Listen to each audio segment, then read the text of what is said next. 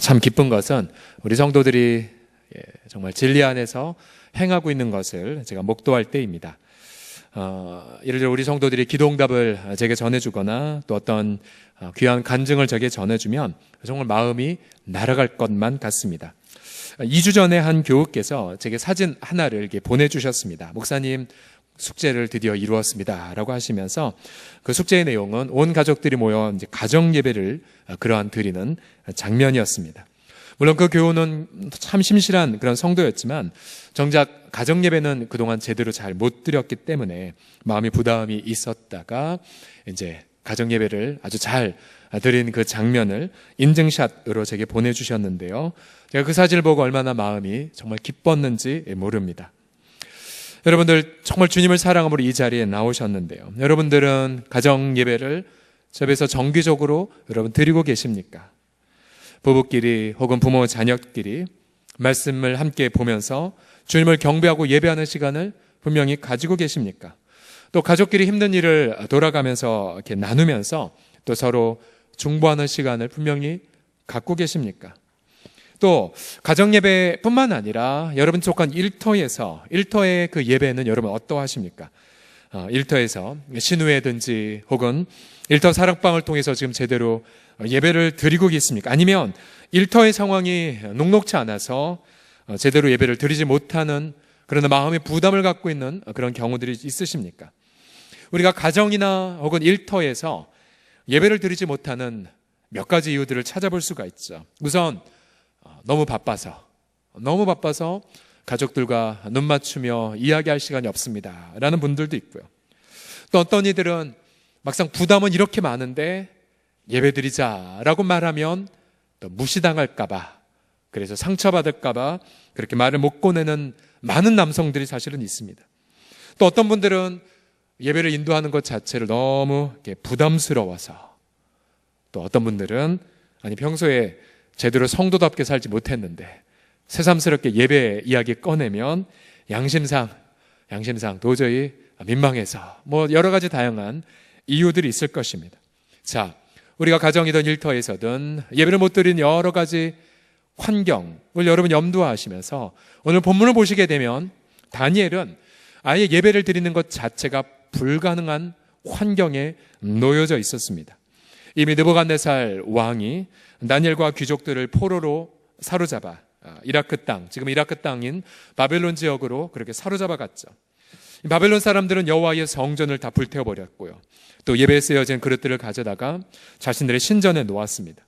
느부갓네살 왕은 우상에게 예배드리며 또 제사 때에 사용한 진미, 또 포도주를 또 왕의 신하들에게 하사했죠. 그 당시 왕의 진미와 포도주를 먹는 것은 큰 특권이었습니다. 동시에 왕이 섬기는 신들에게 절하는, 즉 왕의 그 우상에게 복속하는 의미도 있었죠. 그러니까 이 상황에 놓여진 다니엘은 예배를 드리는 상황 자체가 불가능해 보였습니다. 무엇보다 이 다니엘과 세 친구들의 이름에 담긴 그런 귀한 신앙적 정체성은 완전히 짓밟혀져 버렸죠. 예를 들어 다니엘은 하나님은 재판관입니다 라는 뜻인데 베리어 왕을 보호하소서, 이 벨은 바벨론 우상 중에 하나이거든요. 이 이름 자체에 우상의 이름이 들어가 버렸습니다. 하나냐, 하나님은 은혜로우시다 라는 뜻인데 사드락, 즉 바벨론 여신의 이름 중에 하나인 아쿠의 명령으로 바뀌었습니다. 미사엘, 하나님과 같은 이가 누구인가에서 메삭, 아쿠, 바벨론의 신과 같은 이가 누구인가로 개명이 되었고요. 아사랴, 여호와께서 도우셨다인데 아벤느고, 느고도 바벨론 우상 중에 하나입니다. 느고의 종으로 개명이 되어버렸습니다. 여러분, 만약 여러분들의 신앙적인 이름이 만약 세상의 온갖 더러운 우상들의 이름을 찬미하는 이름으로 바뀌었다면 여러분 마음이 어떠하셨겠습니까? 마치 일제 강점기 시대 때에 칼과 총으로 그렇게 신사참배를 강제했던 시기, 혹은 지금 북한에서 성경을 소지했거나 예수님을 믿을 때에 강제 노동수용소로 보내지는 것과 별반 다를 것이 없을 것입니다. 그러나 다니엘은 이 예배 드리는 불가능한 상황에서 예배의 자유를 획득하기 위하여 금식하는 것을 볼 수 있습니다. 자, 우리가 보통 금식의 전문가들의 말에 따르면 다니엘 금식이라는 항목이 따로 있어요. 다니엘 금식. 이 다니엘 금식이란 음식은 먹는데 다니엘의 경우 포도주와 진미는 거부했죠. 즉 세상 우상에게 절하는 의미를 담은 그러한 음식은 일절 손을 대지 않았습니다. 다니엘 금식. 다니엘은 구약 율법에서 금한 음식 대신에 채소를 먹었고요. 또 우상숭배를 뜻하는 왕의 진미를 거부했습니다. 그는 구별된 절식을 통해서 마침내 예배의 자유를 바벨론 이방 땅에서 누린 자가 되었습니다. 자, 여러분의 일터에 혹시 사장님이 지금 우상을 숭배하고 있습니까? 혹은 돼지머리에 고사를 하면서 여러분들에게 함께 고사에 참여할 것을 종용하고 있습니까? 아니면 여러분들의 가정에서 아무도 예배를 드리지 않는 상황에 놓여 있습니까? 그래서 오늘 본문을 통해 우리의 질문은 이것입니다. 예배를 도저히 드릴 수 없는 상황에서 예배 드릴 수 있는 자유를 획득하려면 무엇이 필요할까요? 라는 주제입니다. 나의 가정과 나의 일터에서 예배의 자유를 획득하려면 첫 번째로 우리가 본문에서 얻는 귀한 교훈은 이것입니다. 가장 중요한 것은 우리 마음 속에서 내가 예배드리겠다고 결단하는 것입니다. 우리 첫 번째 본문의 교훈을 같이 읽겠습니다. 마음으로 시작. 마음으로 예배를 드리겠다고 선포하라. 우리 한 번 더 읽겠습니다. 시작. 마음으로 예배를 드리겠다고 선포하라. 자, 1장 8절을 통해 이 레슨을 얻었습니다. 1장 8절을 보시면 다니엘은 뜻을 정하여 왕의 음식과 그가 마시는 포도주로 자기를 더럽지 아니하리라 하였습니다. 이 뜻을 정하다라는 히브리어 원문은 이렇게 됩니다. 다니엘의 마음 속에서 자기를 더럽히지 않기를 두었다라는 뜻이 있습니다. 결국 그는 자신의 마음 속에서부터 마음을 지킬 것을 결심한 거죠. 우리가 이미 보았지만 다니엘은 모든 것을 지금 빼앗겨버린 상황입니다. 나라를 빼앗겼죠. 자유를 빼앗겼죠. 자유롭게 먹을 수 있는 권리도 빼앗겼죠. 자신의 신앙적 정체성을 담은 이름마저 빼앗겼습니다. 그리고 그가 날마다 눈만 뜨면 이 바벨론의 문화와 언어들, 온통 우상숭배와 연관된 그런 문화, 그런 공부를 해야만 했던 자였죠. 그러나 그가 모든 걸 빼앗겼어도 절대로 빼앗길 수 없는 게 하나 있었습니다. 그것은 바로 그의 마음이었습니다. 마음. 그는 마음 속에서 나는 예배하리라 를 결단했던 것이었습니다. 여러분, 우리의 이 마음을 지킴이 얼마나 중요한 부분입니까? 잠언 4장 23절을 보시면 같이 읽어보죠. 얼마나 마음이 중요한지. 시작. 모든 지킬 만한 것 중에 더욱 네 마음을 지키라. 생명의 근원이 이에서 남이니라. 자, 다니엘은 외적 환경을 핑계대지 않았습니다. 그는 악조건에도 불구하고 힘써 마음을 지켰죠. 그리고 마음을 굳건하게 하나님 앞에 바쳤습니다. 당시 눈에 보이는 성소는 다 불타버렸죠. 그러나 여러분, 마음의 성소는 굳건하게 지킬 수가 있습니다. 자, 만약 다니엘이 모든 거 이렇게 된 거 자포자기다 라고 우상하게 마음대로 절했다면 그는 마음의 평강과 기쁨을 다 잃어버렸겠죠. 그러나 그가 내가 모든 걸 빼앗겼고 날마다 벨드사살이라고 하는 우상으로 불리는 이름으로 자기가 불려져도 그는 결단했죠. 주님, 내 마음은 지키겠습니다. 내 마음을 하나님 앞에 예배자로 드리겠습니다. 이 결단을 하면서 그나마 성령이 주시는 기쁨과 평강을 누렸을 것입니다. 우리 사랑하는 성도들이여, 우리는 예수 그리스도의 십자가의 그 보혈로 성령에 거하는 성전이 되었습니다.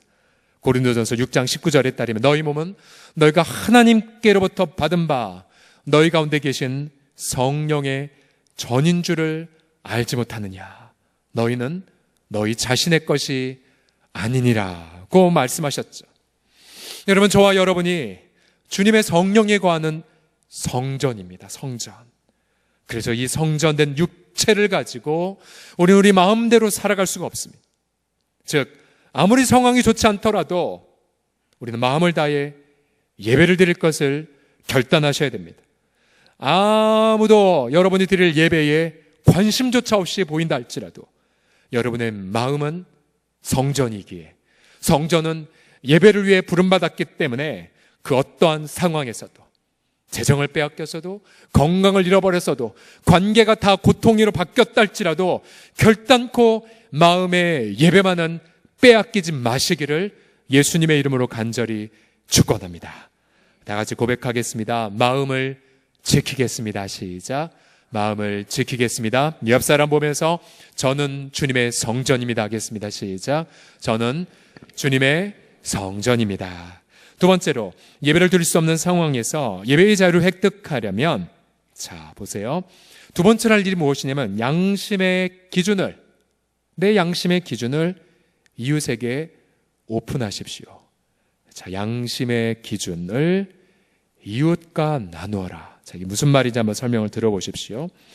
자, 하나님은 다니엘의 결단을 보고 이제 은혜를 내려주기 시작하셨어요. 1장 8절과 9절을 보시면 다니엘은 마음속에서 예배자로 될 것을 결단하여 자기를 더럽히지 아니하도록 환관장에게 구하니 하나님의 다니엘로 하여금 환관장 눈앞에서 은혜와 긍휼을 얻게 하셨습니다. 자, 보세요.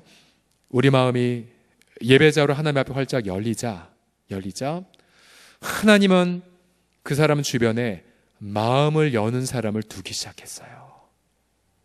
놀라운 비밀이죠. 내가 하나님 앞에 마음을 오픈하면 누군가 주변에 내게 마음을 열어주는 사람이 생깁니다.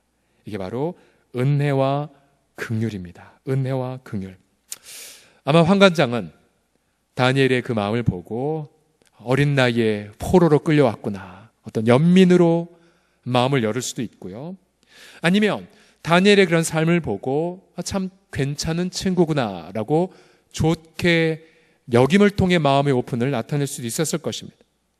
다니엘은 환관장이 자신에게 마음을 연 거를 보고 뭘 얘기하냐면 8절 하반절 다시 보시면 자신의 그런 깊은 양심의 부담감을 믿지 않은 환관장에게 오픈합니다.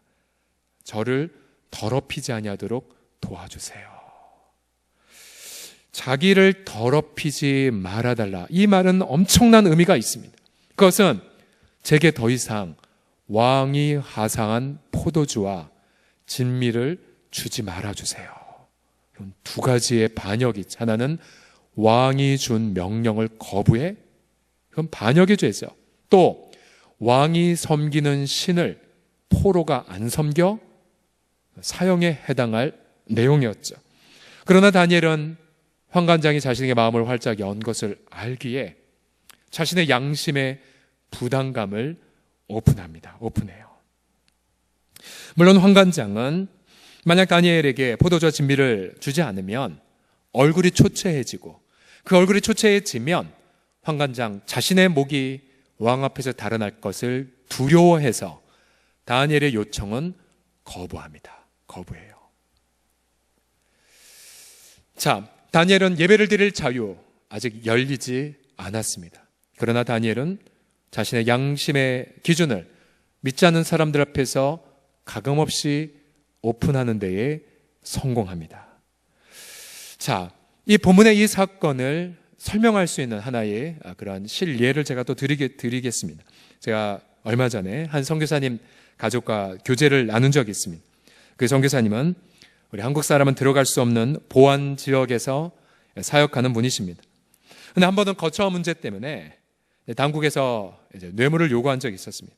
그러니까 드러내놓고 요구하지 않았지만 당신이 그곳에 살려면 알지 하면서 암묵적인 이 관행의 뇌물에 동참할 압력을 넣었습니다. 그러나 이 선교사님은 그러한 요구에 단칼에 거부를 하셨습니다. 왜요? 자신의 양심에 어긋났기 때문에. 그래서 그는 분명하게 얘기했습니다. 저는 드릴 수 없습니다. 쫓겨난 한이 있더라도. 그리고는 이 두 부부는 열심히 하나님 앞에 기도를 드렸죠. 잠시 후에 이분의 삶에 대한 조사가 이제 들어왔습니다. 그러나 그분은 그 나라에게서 어떠한 오점이나 또 문제가 발견되지 않았습니다. 오히려 더 조사할수록 좋은 그러한 이미지들로 그렇게 세워지게 되었죠.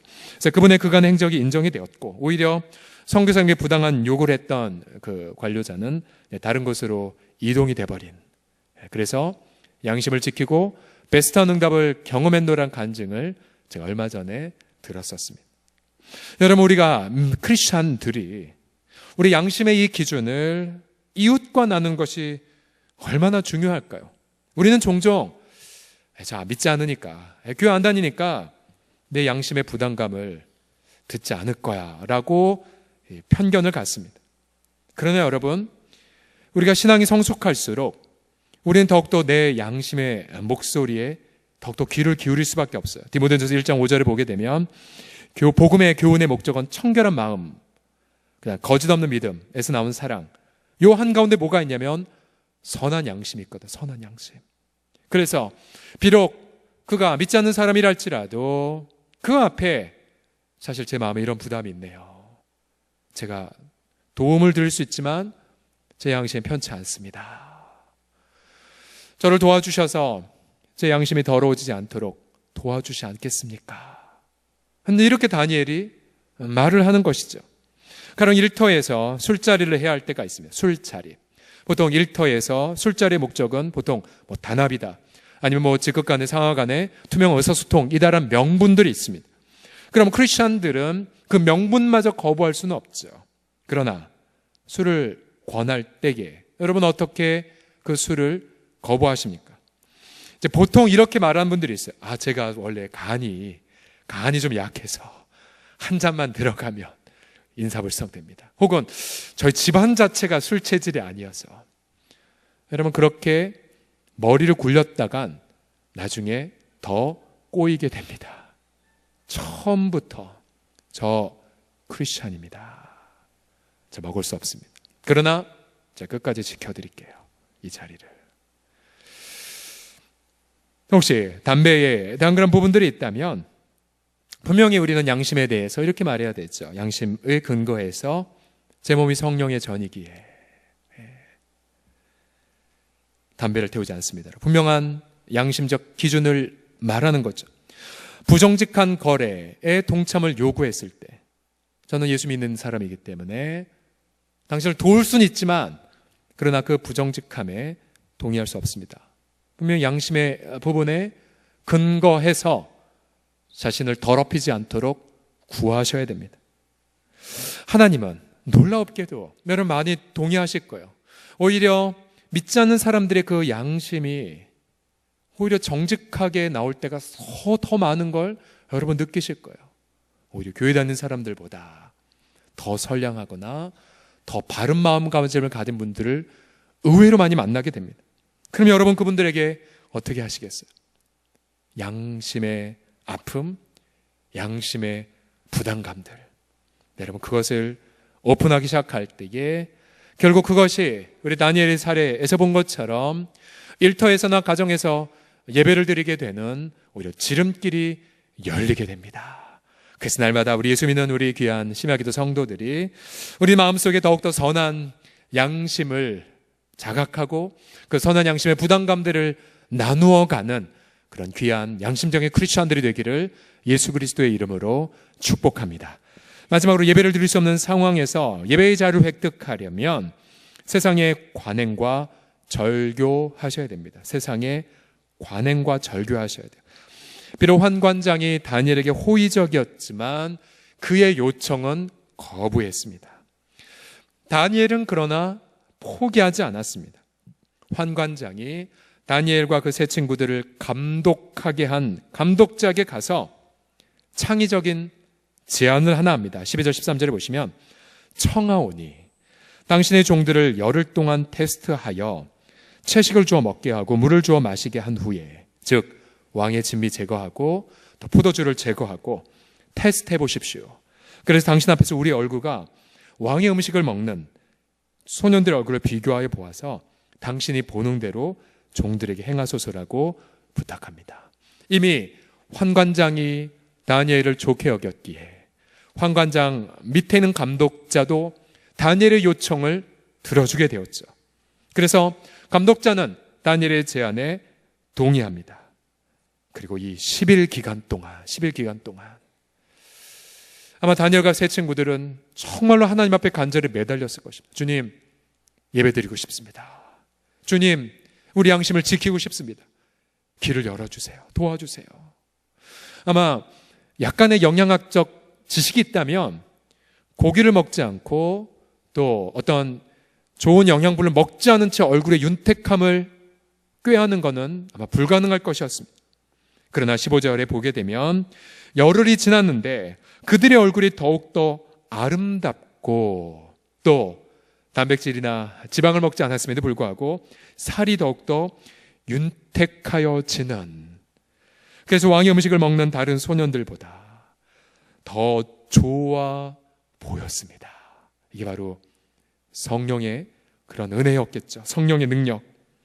그래서 감독하는 자가 그들에게 지정된 음식과 마실 포도주를 제하고 채식을 주었습니다. 즉 이 말은 그 이방 사회에서 다니엘과 세 친구들의 신앙 양심을 지킬 수가 있었고 그들은 오히려 합법적으로 예배를 드릴 수 있는 자가 되었다라고 하는 사실입니다. 아마 열흘에 우리 너에게 더 이상 왕의 진미와 포도주 주지 않겠다라는 통보를 받는 그 순간 아마 다니엘과 세 친구는 너무나도 기뻐했겠죠. 할렐루야 하면서 이제 드디어 우리가 왕궁에서도 예배를 드릴 수 있게 되었습니다. 당당하게 하나님을 찬미했을 것입니다. 하나님은 그뿐만 아니라 이 네 소년들에게 17절에 보시게 되면 학문을 주시고 모든 서적을 깨닫게 하시고 지혜를 주셨습니다. 즉 그들은 바벨론의 그 서령 문자를 알지 못했고 바벨론 사람들이 쓰는 그 문화 알지 못했지만 만 3년 만에 바벨론의 모든 탁월한 엘리트보다 더 탁월한 지혜와 총명을 그들은 경험할 수가 있었습니다. 또 다니엘은 그뿐만 아니라 모든 환상과 꿈을 깨달아 아는 그런 특별한 능력도 경험하게 되었죠. 여러분 보세요. 세상에 무수하게 많은 관행을 좇은 자들은 이런 은혜들을 경험하지 못하였습니다. 여러분, 예배자의 특권이 무엇입니까? 예배자의 특권, 그것은 남들 하는 대로, 남들 다 하는 대로 나는 하지 않았어도 오히려 남들이 갖지 못한 것을 갖는 것, 여러분 그것이 예배자의 특권이 아니겠습니까? 또 예배자의 특권이 무엇입니까? 남들 가진 대로 다 갖지 않아도 오히려 남들이 갖지 못한 하늘의 선물을 넘치도록 갖는 것이 아니겠습니까? 저는 저와 여러분 모두가 이런 예배자가 누리는 하늘의 그런 부요함을 충만하게 누리시기를 예수님의 이름으로 축복합니다. 지난 방글라데시에 함께 다녀왔던 한 청년 가운데에 2월 달이었는데요. 저희가 이렇게 돌아가면서 다 기도 제목을 나누었는데 한 청년이 이러한 기도 제목을 부탁했습니다.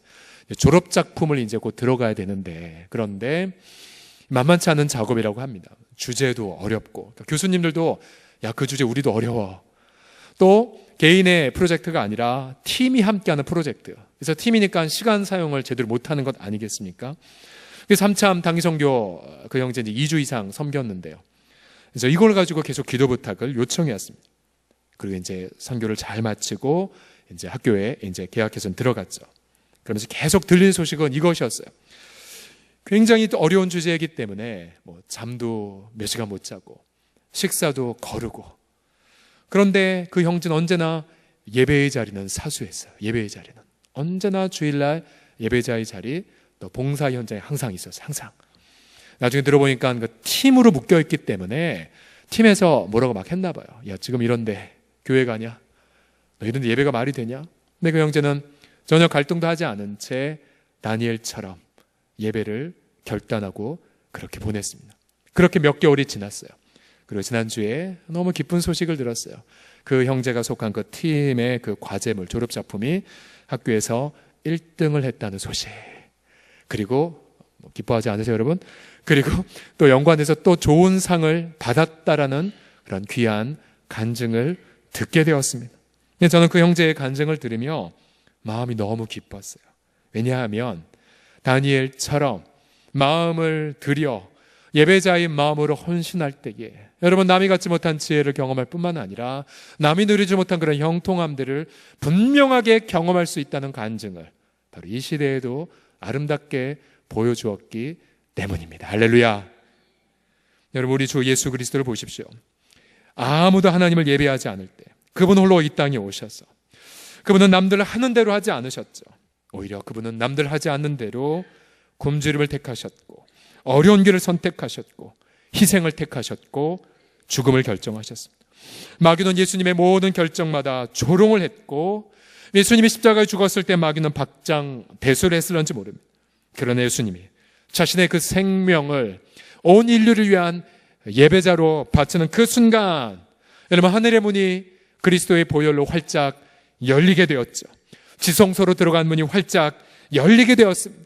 저와 여러분이 오늘 예수 그리스도의 이름으로 하나님 앞에 담대하게 나아갈 때에 그분을 통하여 열려있는 하늘에 활짝 부여한 그 능력과 지혜와 형통함을 오늘도 충만하게 우리가 오늘 이 시간 예수 이름으로 누릴 수가 있는 것이 아니겠습니까? 여러분, 이 시간 혹시나 여러분의 가정 안에서 예배의 자유를 잃어버리셨습니까? 혹시 부부가 안에서 혹은 부모 자녀 사이에서 주님을 경배하는 것을 잃어버리셨습니까? 여러분, 오늘 정말로 혹시 예배를 드릴 그 마음마저 빼앗겼다면 오늘 주님 앞에 엎드려 결단하십시오. 주님, 제가 모든 걸 빼앗겼지만 예배를 드린 이 마음은 절대로 빼앗기지 아니하겠나이다. 그래서 다니엘과 같은 그런 간증을 나도 우리 가정과 일터에서 만들어 보여 주겠나이다라고. 그래서 여러분, 하늘의 지혜, 또 총명, 비전, 꿈, 탁월한 형통함이 그리스도 예수 안에서 바로 예배자인 여러분들의 삶 속에 가득히 넘쳐나는 제2, 제3의 아름다운 다니엘들이 다 되시기를 그리스도의 이름으로 간절히 축원합니다. 기도하겠습니다.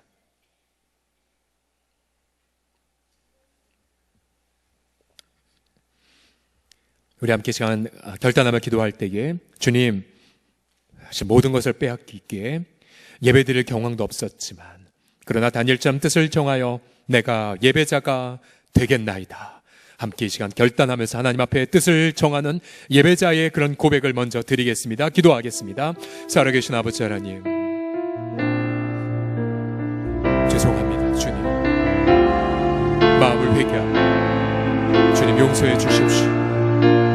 모든 걸 잃어버렸을 때 아버지, 예배마저 잃어버렸나. 제 모든 것을 아버지 하나님 놓쳤지만 주님을 향한 경배마저도 잃어버렸나. 주님, 모든 것을 아버지 하나님이여 그렇게 힘들 때에 주님을 향한 감사의 예배를 잃어버렸나. 주님, 모든 것이 상황이 어려울 때에 아버지 이웃을 사랑하는 아버지 그러한 사랑의 마음마저도 잃어버렸나. 주님, 용서하여 주시옵소서. 주님으로 지킬 만한 것보다 더 힘써 내 마음을 지키라고 명령하셨거든요. 또한 무릇 주님을 믿는 자는 그 배 속에서 영생하도록 솟아나심물이 되겠다고 말씀하셨거니와 아버지, 우리를 성전 삼아 주신 그리스도, 우리 안에 성령으로 거하신 예수 그리스도, 주님 이 시간 회개하고 우리 아버지의 이름을 영화롭게 하기를 결단하옵나이다. 우리 주 아버지 하나님이여, 우리 가정의 상황 또 일터의 상황이 어떠하든지 상관없이 이 시간 결단하나이다. 주님, 예배자가 되겠나이다. 주님, 경배자가 되겠나이다. 우리 주님, 정말 마음을 다하여 사모하며 주 앞에 나아가나이다. 우리 주님, 우리 오늘의 회개와 또 간구를 흠양하여 주사 아버지 예배자가 되어지는 그 놀라운 감격을 누리는 오늘 밤 주여 되게 하여 주시옵소서. 우리 주 예수 그리스도의 이름으로 간절히 기도드립니다.